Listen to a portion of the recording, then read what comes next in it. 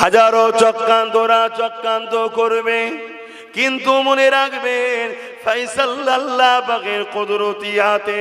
আবু জেহেল চক্রান্ত করেছিল আমার নবী পাককে কুয়াতে ফেলবে, কুয়া খনন করে দিয়েছিল। এ যুবকেরা, তরুণেরা, বাপেরা, আবু জেহেল দেখতে এসেছে মুহাম্মদ রাসূল কুয়াতে পড়ল কিনা। এই দেখতে এসেছে যখন, আল্লাহ পাক আবু জেহেলের স্মৃতিকে হিরাস করে দিয়েছে। সে বেখিয়াল হয়ে গেছে, সে ভুলে গেছে আরে কুয়াটা খুললাম কোথায়। উপরে হালকা ফালকা কিছু চাপাতে দিয়েছে যাবার পথে, যাতে হুজুর যাবে আর কুয়াতে পড়ে যাবে, আবু জেহেল এসে মাটি চাপাতে দেবে। তাহলে প্ল্যানটা শয়তানের কত বড় দেখছেন। কিন্তু এই ব্রেন নিয়ন্ত্রণ কার ইশারায় চলে? জোরে বলেন। এই সুস্থ রয়েছি পাকামো করে হাজারো চক্রান্তরা চক্রান্ত করবে, কিন্তু মনে রাখবেন ফয়সাল আল্লাহ পাকের কুদরতি হাতে। আবু জেহেল চক্রান্ত করেছিল আমার নবী পাককে কুয়াতে ফেলবে, কুয়া খনন করে দিয়েছিল। এ যুবকেরা, তরুণেরা, বাপেরা, আবু জেহেল দেখতে এসেছে মুহাম্মদ রাসূল কুয়াতে পড়ল কিনা। এই দেখতে এসেছে যখন, আল্লাহ পাক আবু জেহেলের স্মৃতিকে হিরাস করে দিয়েছে। সে বেখিয়াল হয়ে গেছে, সে ভুলে গেছে আরে কুয়াটা খুললাম কোথায়। উপরে হালকা ফালকা কিছু চাপাতে দিয়েছে যাবার পথে, যাতে হুজুর যাবে আর কুয়াতে পড়ে যাবে, আবু জেহেল এসে মাটি চাপাতে দেবে। তাহলে প্ল্যানটা শয়তানের কত বড় দেখছেন। কিন্তু এই ব্রেন নিয়ন্ত্রণ কার ইশারায় চলে? জোরে বলেন। এই সুস্থ রয়েছি পাকামো করে লাভ নাই। হঠাৎ করে একটা তারকে আল্লাহ বলবে শুধু এক জায়গা থেকে একটু সরে যা, অমনি দেখবেন নুগিয়ার নিচই নেই, মাথায় বেঁধে ঘুরছে। কি খবর রে?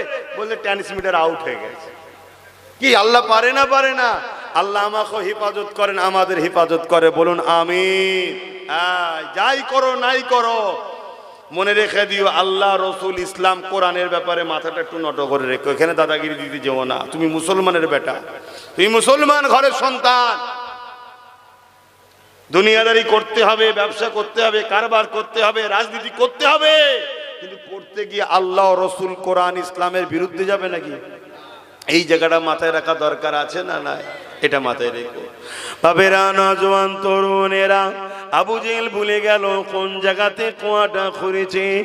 এইভাবে ভীত সন্তুষ্ট হয়ে এক পা দুপা করে আগাতে আগাতে হঠাৎ করে দেখা যায় গপাং করে সেই কুয়াতে আবু জেহেল নিজেই পড়ে গেছে, যে কুয়া সে খুঁড়েছিল। এ যুবকেরা, তরুণেরা, এইভাবে দেখা যাচ্ছে অমন করে তার সাথী সঙ্গীরা রশি নিয়ে এসেছে, দড়ি নিয়ে এসেছে, কুয়ার মধ্যে নাবাতে লেগেছে। আবু জেহেলকে তুলবে বলে যত দড়ি নাবায়, রশি নাবায়, তত কম পড়ে যায়। যতই নাবায় সেই সামান্যটুকু কম পড়ে যায়। আবার জোর লাগায়, আবার সামান্যটুকু কম পড়ে যায়। আবু জেহেল বুঝতে পেরে গেছে সামান্য কম পড়েছিল, তাহলে বেশি রশি যখন জড়ালো তাহলে তো উঠে পড়ার কথা, আবার সেই সামান্য কম কেন পড়লো? আবু জেহেল বুঝতে পেরে গেছে এই কুয়া থেকে পৃথিবীর সব রশি যদি নিয়ে আসা হয় আমাকে তোলা যাবে না। এই কুয়া থেকে একজন তুলতে পারে, তিনি অন্য কেউ নয়, আমিন আল্লাহ মুহাম্মাদুর রাসূলুল্লাহ সাল্লাল্লাহু আলাইহি ওয়াসাল্লাম। আল্লাহু আকবার। ইয়া রাসূলুল্লাহ, আমার তাকবীর দেবে না, জলসায় আমার তাকবীর নাই, বাইরে।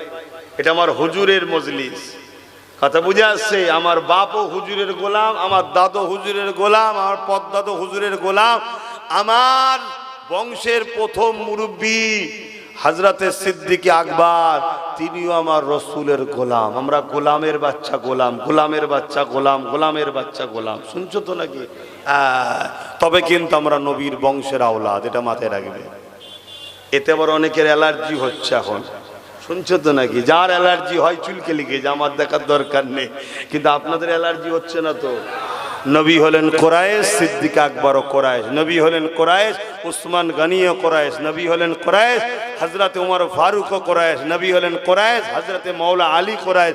নবী হলেন কোরাইশ, খাতুনে জান্নাত ও কোরাইশ। নবী হলেন কোরাইশ, হযরত ইমাম হাসান হোসাইন ও কোরাইশ। জোরে বলুন সুবহানাল্লাহ।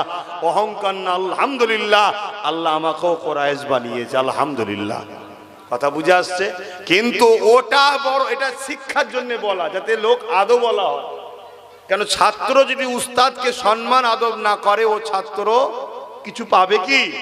তাহলে আপনার আমার বাপ সমতুল্য লোক আছেন, আলহামদুলিল্লাহ, বাদ দিয়ে বাকি যুবকগণ যারা আছে দুনিয়াবি ক্ষেত্রে, দিনী তালিমের ক্ষেত্রে আমার ভাইয়ের মতো, ছাত্রর মতো, ঠিক না বেঠিক গো?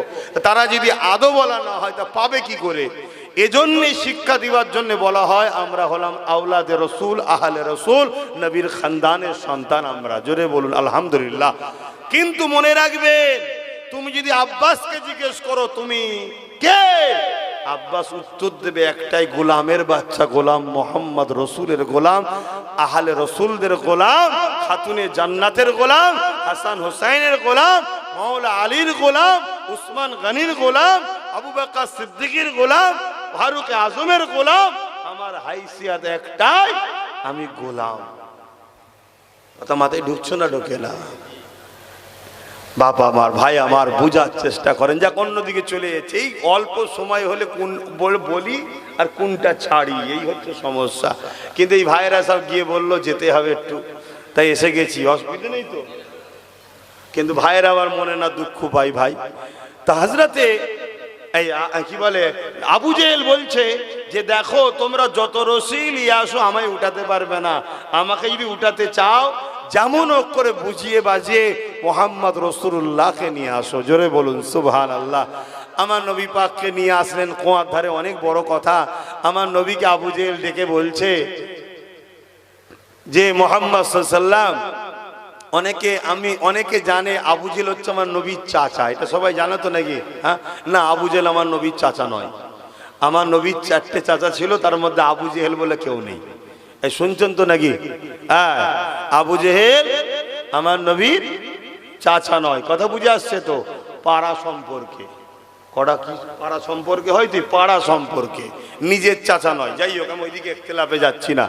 তো ভাইয়ের আমার, আমি যে কথা বলছিলাম, আবু জেহেল বলছে ভাইপো মুহাম্মদ সাল্লাল্লাহু আলাইহি ওয়াসাল্লাম, আমাকে যদি তুমি এখান থেকে তোলো, আমি কলেমা পড়ে নেবো তোমার হাতে হাত দিয়ে।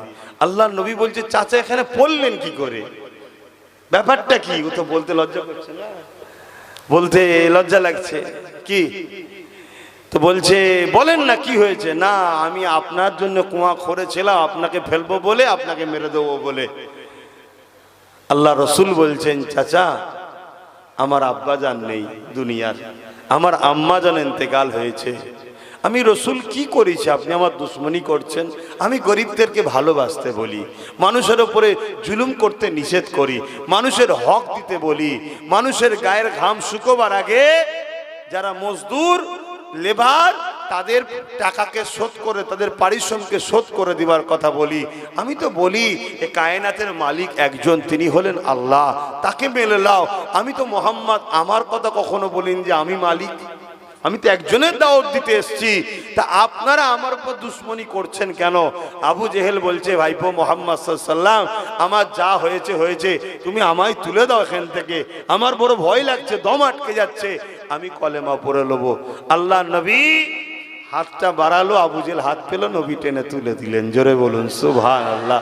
আর এতক্ষণ ধরে এত রশি ধরে টানাটানি, এত রশি ধরে টানাটানি, জমিনকে আল্লাহ বলছে যত রশি দেয় নেবে যা, নেবে যা।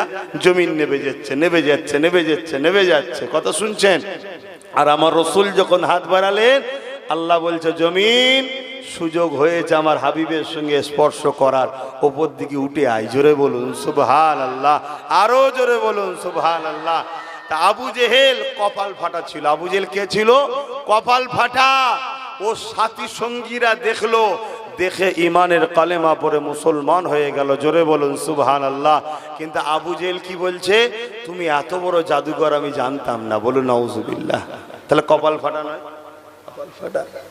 বাবেরা, নজওয়ানেরা, তরুণেরা, এ নবী পাকের প্রেমিকেরা, আল্লাহ নবী, নূর নবী, দয়ার নবী মনের দুঃখ নিয়ে চলে গেল। আবু জেহেল আমার নবী পাককে বারবার কষ্ট দিয়েছে, আমার নবী পাককে বারবার অপমান করেছে, আমার নবী পাককে বারবার অপদস্থ করেছে। এই জন্য আবু জেহেল চাইলো কি করে মুহাম্মদ রাসূলকে হারানো যায়। যে দিক দিয়ে হারাতে যায় আমি আবু জেহেল নিজেই হেরে যায়। আমি যত ফাঁদ পাতি প্রতিটা ফাঁদে নিজেই পেতে ফেসে যায়। আমি যত রকম বিপদের জন্য মুহাম্মদ রাসূলের জন্য পরিকল্পনা করি, ওই বিপদে আমি নিজেই পড়ে যাই। তাই কি করা যায়, আবু জেহেলের কানে খবর এসে গেল পৃথিবী বিখ্যাত একজন জাদুকর রয়েছে, যার নাম হচ্ছে হাবিব ইয়ামানি। ইয়ামানে তার বাড়ি, হাবিব আজমি লোক পাঠিয়ে ইয়ামান থেকে ওই হাবিব আজমিকে দাওয়াত দিয়ে নিয়ে এসেছে। কি জন্যে? মুহাম্মদ রাসূলুল্লাহর মোকাবেলা করার জন্যে। এই যুবকেরা আজ যেমন অত্যাচারীরা অর্থ দিয়ে নবীর গোলামদের মোকাবেলা করার জন্য 2 নম্বর উলামাদের ঘরে বাজারে নেমেছে, আজ যেমন নবীর গোলামদের মোকাবেলা করার জন্য জালিমরাও চেষ্টা করছে। সেই দিনে আবু জেহেল আমার রাসূলুল্লাহর মোকাবেলা করার জন্য পৃথিবী বিখ্যাত জাদুকরকে ডেকে এনেছে, হাবিব ইয়ামানিকে ভালো মন্দ করে খাইয়েছে। আর আবু জেহেলের মধ্যে হাবিব ইয়ামানির উপরে এত বিশ্বাস ছিল, সে নিজে নিজে এত আনন্দ করছিল। আজ মুহাম্মদ নিশ্চিন্তায় হারবে, আনন্দে রয়েছে। আমার রাসূল পাক সাল্লাল্লাহু আলাইহি ওয়াসাল্লামের কাছে হাবিব ইয়ামানিকে নিয়ে আবু জেহেল যখন যেতে লেগেছে আনন্দ বানাবার জন্য, একা না গিয়ে নিজেদের দল বলকে সাথে করে নিয়ে যাচ্ছে। আবু জেহেলের মধ্যে আজকে বড় আনন্দ, আজ মুহাম্মদ রাসূলকে কে ঠেকাই দেখবো, আজকে হারাবো। ভাই আপনাদের কি মনে হয় হেরে যাবে তো নাকি? কপাল ফাটা জানে না, তুই পৃথিবী বিখ্যাত জাদুকর এনেছিস, কিন্তু কার বিরুদ্ধে এনেছিস ভাবতে পারছিস না। হ্যাঁ, মুহাম্মদ রাসূল তো অনেক উঁচু ব্যাপার। মুহাম্মদ সাল্লাল্লাহু আলাইহি সাল্লামের একজন গোলাম আজ থেকে 800 বছর আগে হিন্দুস্তানের বুকে এসেছিলেন, যিনার নাম হলো মুঈনুদ্দিন আজমিরি সঞ্জালি হাসানি হোসাইনি। জোরে বলুন সুবহানাল্লাহ। অবশ্যই খাজা গরিবের নওয়াজেরও গোলাম আমি। কথা মাথায় ঢুকছে তো? ওনাদের কাছে যখন যাই এইভাবেই যাই, হুজুর আপনি মালিক, আমি গোলাম। কথা বুঝে আসছে? কিন্তু উনিও আমার রাসূলের গোলাম। গোলামের মধ্যে কোয়ালিটি আছে বাপ। খাজা হুজুর আমার নবীর গোলাম আর আমি নবীর গোলাম, 2 গোলাম কিন্তু এক নয়। খাজা হুজুর হলেন আমার নবীর প্রিয় স্পেশাল ভিআইপি গোলাম। বলুন সুবহানাল্লাহ। কথা বুঝে আসছে? হ্যাঁ। আর আমরা হলাম খাজা হুজুরের ওসিলাতে হয়তো হুজুরের গোলামিতে চান্স পাচ্ছি। কথা বুঝে আসছে? পার্থক্য আছে। তো যে কথা বলছিলাম, তা হাবিব ইয়ামানিকে আমার খাজা হুজুরকেও জাদুকর জয়পাল নিয়ে এসেছিল না ভারতবর্ষের কিছু আবু জেহেলরা। এই ইতিহাস কেন ঘটে বুঝতে পারছেন তো নাকি? তাহলে ওই আবু জেহেলের বিরুদ্ধে খুব বলবেন, আর ভারতের আবু জেহেলের বিরুদ্ধে বলবেন না। যে ওখানে আবু জেহেল নবীর বিরুদ্ধে জাদুকর এনেছিল, আমার ভারতেরও আবু জেহেল নবীর গোলাম খাজা গরিবের নওয়াজের বিরুদ্ধেও জাদুকর এনেছিল জয়পালকে। জয়পাল কি করছে? আগুনের বান মারছে, আগুনের জাদু করছে। খাজা হুজুর একটা গোল দাগ করে দিয়েছে। আজকে যেসব ভাইরা ওলিয়া উলিয়াদের বিরোধী করো, খবরদার বিরোধী করো না। আব্বাসকে দেখে দাদা হুজুরের বিরোধী করো না। দাদা হুজুরের জন্য লোক আমায় ভালোবাসে, আমার জন্য দাদা হুজুর নয়, দাদা হুজুরের জন্য আমি। কথা মাথায় ঢুকছে তো নাকি? ভালো লাগলে মিশবে আমার সাথে, না মাগলে চলে যাবে, কিন্তু আমার বিরোধী করতে গিয়ে দাদা হুজুরের বিরুদ্ধে লেখো না। কেন? তিনি জাবানার মুজাদ্দেদ, তিনাকেও জাদু মেরেছিল বাসোবাটি থেকে, জানেন তো নাকি? কিন্তু নসিবওয়ালা ছিল। দাদা হুজুর বললেন, এই তুই কোথা থেকে এসছিস? ওই বানকে, জাদু বানকে জিজ্ঞেস করছে, তুই কোথা থেকে এসছিস? আগুনের গোলার মধ্যে থেকে বলছে, বাসুবাটি থেকে এসছি, অমুক জন মেরেছে। দাদা হুজুর বললেন, যা যা যা, যে বান পেটিয়েছে তার কাছে চলে যা। যখন গেছে সে বেচারি তো বিপদে পড়ে গেছে, জ্বালা শুরু হয়ে গেছে। যাক, এইসব বেশি আলোচনা কেন করিনি। তিনি পরবর্তীতে এসে দাদা হুজুরের কাছে ক্ষমা চেয়ে দাদা হুজুরের হাতে বায়াত হয়ে আল্লাহর ওলি হয়ে গেছে। জোরে বলুন সুবহানাল্লাহ। আর পৃথ্বীরাজও কিন্তু আল্লাহর ওলি হয়েছে, জানেন তো নাকি? এটা জানা নেই? পৃথ্বীরাজের এরকম জাদু মেরেছে আর খাজা হুজুর গোল দাগ করে দিয়ে বলছে এর বাইরে যাবি না, এর বাইরে যাবি না। সাথে লোক যারা ছিল যত বান আসে ওই গোলার মধ্যে রয়ে যায়। লাস্টে জাদুঘর দাদা খাজা গরিবে নওয়াজ বললেন যার কাছ থেকে এসেছিস তার কাছে ফিরে যেত একবার। যখনই বলেছে এবার আগুনের গোলা তারা করেছে তো পৃথ্বীরাজ এত বড় জাদুঘর ছিল, এখনকার চুনোপুটি টাইপের নয়, এখন কিছু বাবা বেরিয়েছে জানেন তো নাকি। এরাও ইসলামের পিছনে লেগেছে না লাগেনি? এসব তো ছোটখাটো বাবা, চারানার বাবা, কিন্তু পৃথ্বীরাজ ছিল বিশাল বড় কিন্তু জাদুকর, এত বড় তার জাদু পাওয়ার ছিল। সে ওই পাওয়ারের চোটে আকাশে উড়ে উড়ে যাচ্ছে, মানে পালিয়ে যাচ্ছে। জয়পাল জাদুকর জয়পাল আকাশে উড়ে উড়ে চলে যাচ্ছে। গরিবে নওয়াজ খরমকে বললেন যা ওকে নাবিয়ে লিয়ায়। আল্লাহর ওলিদের কথা খরম তার পায়ের জুতাও শোনে, জোরে বলুন সুবহানাল্লাহ। কেন শোনে ভাই? কেন? আল্লাহ হাদিসে কুরসির মধ্যে বলেছে ওলিদের মুখ থেকে কথা হয় আল্লাহর, জোরে বলুন সুবহানাল্লাহ। তাই খাজা হুজুর যখন বলেছে ওই জুতা গিয়ে জাদুকর জয়পালের মাথায় বাড়ি দিচ্ছে। আমি তো মাঝে মাঝে বলি বারেক জুতোর মারটা মাথায় পড়েছিল, তাই জয়পালের কপাল খুলে গেছে, জুতোর মার খেয়ে ব্রেন খুলে গেছে। নিচেই নেমে এসে গরিবের নওয়াজের কাছে তওবা করে ইমানের কালেমা পড়ে ইসলাম কবুল করে আল্লাহর ওলি হয়ে গেছে, জোরে বলুন সুবহানাল্লাহ। বাপেরা আমি আমার রাসূলুল্লাহর কথাটা একটু শেষ করি। এ না জওয়ানেরা, আবু জেহেলও বড় খুশি আনন্দের মধ্যে রয়েছে। মুহাম্মদ রাসূলুল্লাহকে আজ পরাজিত করে দেব এমন করে হাবিবে আমানিকে ভালো মন্দ করে খাইয়ে এমন করে আমার রাসূলুল্লাহর খোঁজে বেরিয়েছে। আর আমার নবী পাক ঈশা নামাজ পড়ে নিয়ে এমন করে চাঁদনি রাত, পুরো চাঁদ উঠেছে। ওই চাঁদনি রাতে আবু কুবাইস পাহাড়ের ধারে আল্লাহ নবী হাঁটাহাঁটি করতেছিল। আবু জেহেল লোকবল নিয়ে গিয়ে জাদুকর পীর তেমন করে হাবিবে আমানিকে সাথে করে নিয়ে আল্লাহ নবীর কদমের কাছে হাজির হয়ে যায়। আবু জেহেল গিয়ে গিয়ে বলতে লাগলো, হে মুহাম্মদ সাল্লাল্লাহু আলাইহি ওয়াসাল্লাম, ইনি হলেন ইয়ামিনের লোক, ইনি তোমাকে কিছু প্রশ্ন করতে চায়। এই যে জাদুকর ওটা কিন্তু বলেনি, ইনি ইয়ামিন থেকে এসেছে, তোমাকে কিছু প্রশ্ন করতে চায়। আল্লাহ নবী বললেন, কি প্রশ্ন করতে আপনি চান? ওই সময় হাবিবে আমানি বলল, শুনেছি আপনি নাকি নবী দাবি করেছে। আর আবু জেহেল বলেছে মুহাম্মদ রাসূল হলো জাদুকর, তাই আমার রাসূলুল্লাহ জাদুকর না সত্যি নবী এটা জানার জন্য হাবিবে আমানি বলতে লাগলো, আপনি কিছু মুজিজা করে দেখান, অলৌকিক কিছু করে দেখান। কেন নবীদের দ্বারা মুজিজা হয় আর ওলিদের দ্বারা কারামত হয়। এই জন্য হাবিবে আমানি বলল, আপনি মুজিজা দেখান, তবে আমার শর্ত হলো মুজিজা জমিনের উপরে দেখালে চলবে না, আসমানে দেখাতে হবে। এখানে একটা প্রশ্ন হতে পারে, হাবিবে আমানি জমিনে মুজিজা দেখতে কেন চাইলো না, আসমানে কেন দেখতে চাইলো? হাবিবে আমানি জানে জাদু জমিনের উপরে চলে, আসমানে চলে না। যদি আসমানে কিছু হয় তাহলে জানতে হবে মুহাম্মদ সাল্লাল্লাহু আলাইহি ওয়াসাল্লাম। আবু জেহেল বলছিল যে জাদুকর, জাদুকর নয়, ইনি নবী। কেন জাদু দুনিয়ায় চলে, আসমানে জোরে বলো চলে না। আজকে যারা আমার নবীর বিরোধী করছে ওই সব ভণ্ড বাবাদের বলবো আর ভণ্ড জালিম নেতাদের বলবো, আসো মুহাম্মদ রাসূলের মোকাবেলায় আসো।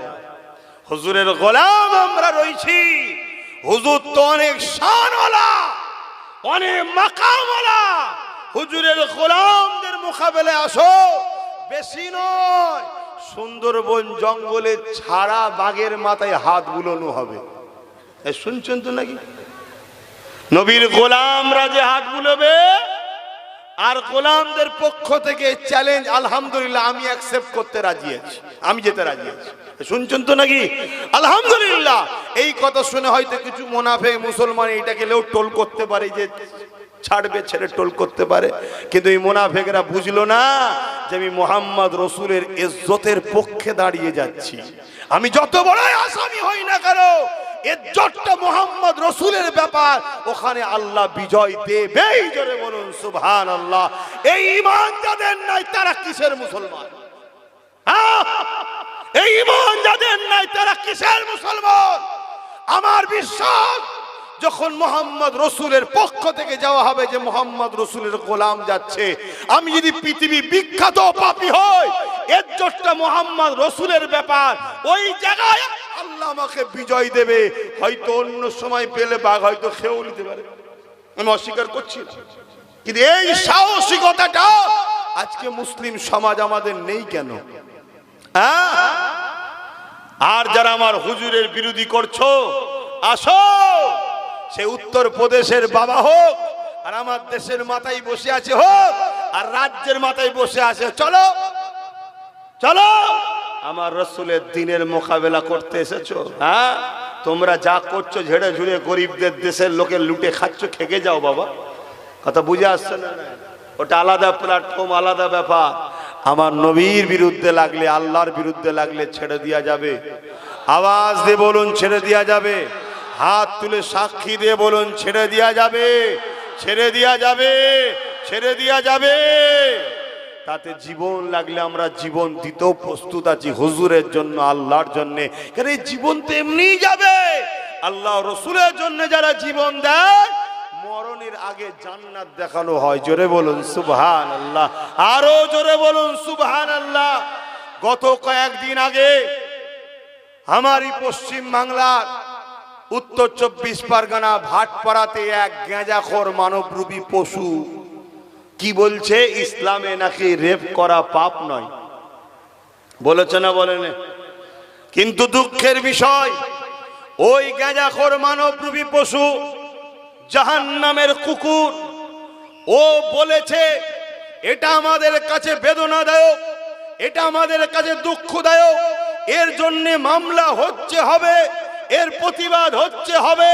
কিন্তু বাংলার মুসলমানকে দেখে আমার কষ্ট লাগছে, ব্যথা লাগছে নবীর খানদানের আওলাদ হিসাবে, যে আমরা এর পাশাপাশি এই কথাটা কেন বলছি না যে রাজ্য সরকার অবিলম্বে এই জাহান্নামের কুকুরকে জেলের মধ্যে ভরো, অবিলম্বে পাগলা কুকুরকে জেলের মধ্যে ভরো। তুমিই তো বলেছিলে ভোট আমাকে দাও, বিজেপির হাত থেকে রুখবো। তাহলে বিজেপির এমএলএ যখন, বিজেপির লোক যখন আমার রসুলের ওপরে, আল্লাহর ওপরে আঘাত দিচ্ছে, এ রাজ্য সরকার অবিলম্বে কে বন্দী করো। যদি বন্দী না করো, আমরা তাহলে 26ও তোমায় বুঝিয়ে দেবো। এটা বলা দরকার আছে না নয়? কিন্তু এটা বলছে না কেন? এটা কি দুঃখজনক নয়? ও আমার পাতে যে সুরো দেবে, সে যদি আমার আল্লাহ রসুলের দুশ্মনদের বন্ধু হয় তাও চলবে? এ মুনাফিকি, এ গাদ্দারি, এত বড় কথা বলার সাহস পাচ্ছে কি করে? এই জন্য সাহস পাচ্ছে, এ জানে রাজ্য সরকারের ফোর্স তো আমাকে পাহারা দিয়ে ঘোরাবে, তাই তো এত বড় সাহস পাচ্ছে। এই ভুল কথা বললাম? আপনারা জানেন কি জানি না, এই বদমাইশ কিছুদিন আগে টিএমসিতে ছিল না? ছিল না? আমার কত অসুবিধা হচ্ছে? হুজুর রাজনীতি করছে, হ্যাঁ রাজনীতি করছে। তোরা রাজনীতির নামে আমার ইসলামের হাত দিবি, তাহলে আমি ধর্মগুরু হয়ে তোদের চক্রান্তকে উম্মতে মুহাম্মাদির কাছে ফাঁস করা দরকার আছে না নাই? তাই ফাঁস করছি। তোরা রাজনীতি করছিস, করগে যা, আমার ধর্মের বিষয়ে হাত দিবি না। শোনেন, কিছুদিন আগে টিএমসি ছিল না? ছিল না? যখন টিএমসি ছিল তখন জানেন এই আজানের বিরুদ্ধে কেস করেছিল। তাহলে আজানের বিরোধী কেসকারীকে যদি টিএমসির লোক এমএলএ বানায়, এমপি বানায়, টিকিট দেয়, তো সে যখন আল্লাহকে বা ইসলামের গায়ে বলবে যে রেপ করা কোনো পাপ নয়, তাকে মনে হয় রাজ্য সরকার ধরবে? কথা বলো। কিন্তু আজ যদি আমাদের সরকার থাকতো, কথা বলুন, 24 ঘন্টার মধ্যে ওকে ঢুকিয়ে এমন সাইজ করা হতো, ও জীবনে কথা বলার আর সাহস পেত? এবার বলুন, আমাদের তাহলে সরকারের দরকার আছে না? এই জন্যই আব্বাস সিদ্দিকী বলেছে চেয়ারের একটা পায়া করো। যে সরকার আছে এর সাথেও যদি আমাদের চেয়ারের একটা পায়া থাকতো, তাহলে আজকে একেও চাপ দেওয়া যেত না? যেত না? যদি না একে ধরো, আমি তোমার সঙ্গে জোট ছেড়ে দেবো, সরকার পড়ে যাবে। তাহলে আমাদের 50, 60টা, 100টা নিজেদের হাতে রাখা দরকার আছে না নাই? এই জন্য আব্বাস সিদ্দিকী বুঝাচ্ছিল, কিন্তু আমাকে তো গাল দিলেন, আমাকে তো সমালোচনা করলেন। চলেন বুঝাপড়া কিয়ামতের দিন হবে খনি, কিন্তু এখনো সময় আছে না নাই? ভাবো, এই যেমন আপনাদের এলাকায় ধরুন মুসলিম কম, তাই তো নাকি? আমরা মুসলমান এখানে একটাই আওয়াজ তুলতে পারি, অন্য জায়গায় যারা আমরা আছি ওখানে যারা আমাদেরকে সুযোগ দেবে, এখানকার মুসলমান তাকে সুযোগ দেবে। কথা ঠিক না বেঠিক? তাহলে কি লাভ হবে? ওই জায়গায় আমরা, এই জায়গায় আমার বন্ধু যাদের সঙ্গে এক হব তারা থাকবে, কিছু যদি এই জায়গায় ডিস্টার্ব করে ওই জায়গা থেকে তখন আমরা চাপ দিতে পারবে, ভাইয়ের উপরে জুলুম করলে পরের বারে কিন্তু উল্টো দেবো।